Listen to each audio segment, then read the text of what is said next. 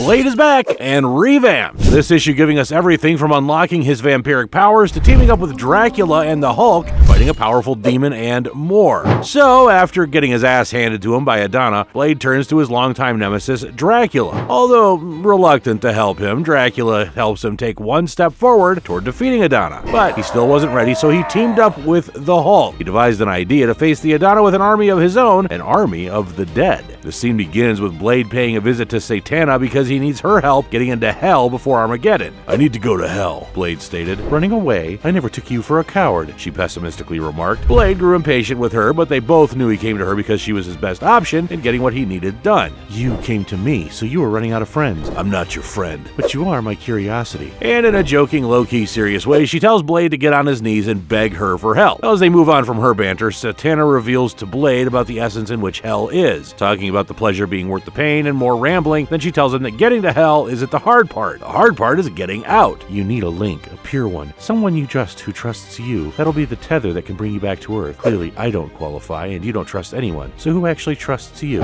Well, this will take the story to Tokyo, Japan, where we'll catch up with Rotha and Tulip. Refresher, Tulip is Blade's ex-partner, weapons dealer, and occasional sex buddy. Rotha, on the other hand, is a human woman from a mystic cult who trained the Adana's would-be killer before Blade killed this trained assassin instead. Blade put Rotha under Tulip's protection after she had a run-in with the Adana. The Adana's MO is possessing humans with demons, so you can piece together what happened. Comic villains sometimes need to pick normal evil deeds. What happened to good old-fashioned bank robberies and world domination? Anyway, Dr. Strange got that whole situation in check, and now she isn't very trusting of the Daywalker. "Rotha, I need to speak with you outside. Just you." Blade walking in on Tulip and Rotha. Even after telling Rotha the situation and why he needs her for said plan, she's still a bit reluctant to go with. "Tulip still has nightmares. She hides them, but sometimes I hear her scream. I pretend I'm sleeping to honor her. Dr. Strange said that when the Adana is destroyed, all that will end for her. It has to be your choice." Even still, she was not fully ready to commit. "It's a difficult decision you've asked, but it is a matter of how many innocent lives." "All of the innocent lives." "Yes, I will help you go to hell." Satana also made the trip to Tokyo, and they began her ritual. After preparations were made, all that was left was to send Blade to,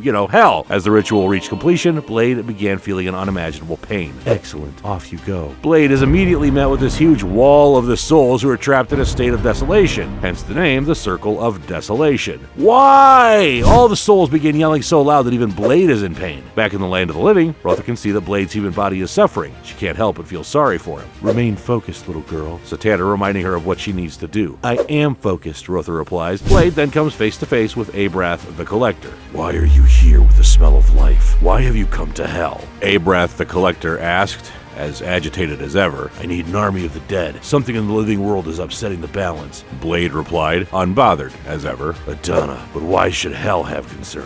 "Because she will replace this hell with her own, and you will be the lord of nothing," Blade replied, trying to speak reason. Abrath, not heeding Blade's words, grew tired of his insolence. He raised the dead's arms from the ground to restrict Blade, and then raised his scythe high over his head, swinging it ready to behead Blade and add him to his collection. But out of nowhere, Blade, saved by Draven, the trained assassin he mistakenly killed in the first issue. "Yes, Blade, now you see the mistake you made," Draven said, stopping the axe that was coming at Blade's neck and even freaking breaking it. Shattered the blade in his hand and sliced Abrath across the chest. "I remember you," Blade said, breaking free from the army of souls holding him down earlier. "I am Draven. You killed me and damned the world. Sorry about that. You look like a bad guy. My daughter in the living world.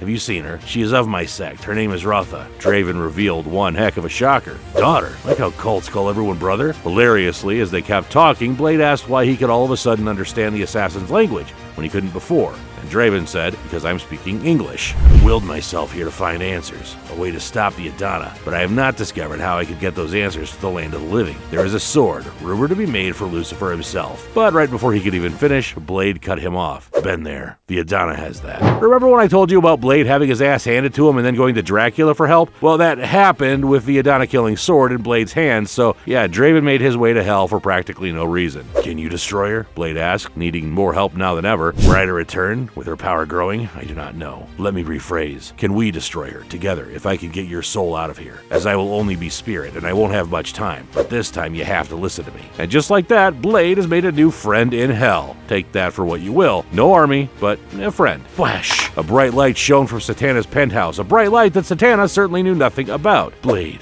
what did you do? Satana asked, trying to get to her feet. Daka and Fanto. Ratha speaking her cult's language after seeing her father's ghost, but Draven stopped her. No, daughter Ratha, speak not that way. I told this foolish half-man I would only speak English. I told him the Adana will face us again. And with that, today's issue comes to an end. There are so many questions right now, like, will the Adana be stopped and how? Will Tulip be saved? Will we get to see Doctor Strange, Hulk, and even Dracula again? Could this possibly be a setup for some botched version of the Midnight Suns? Think about it.